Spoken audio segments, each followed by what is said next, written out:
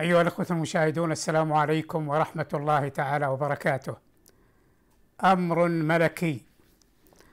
الرقم ألف تقسيم 224، التاريخ 29/11/1432 للهجرة.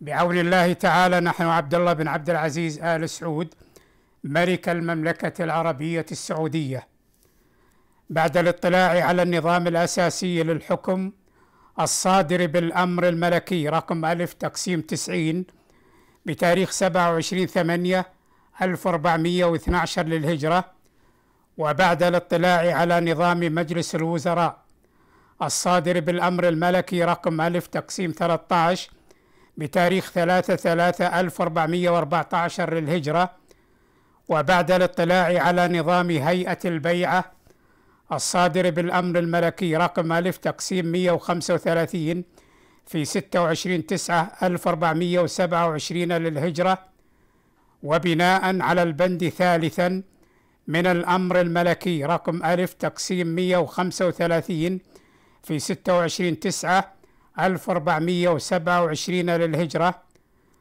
وبعد أن أشعرنا سمو رئيس وأعضاء هيئة البيعة، فقد اخترنا صاحب السمو الملكي الأمير نايف بن عبد العزيز وليا للعهد، وأمرنا بتعيين سموه نائبا لرئيس مجلس الوزراء ووزيرا للداخلية عبد الله بن عبد العزيز آل سعود.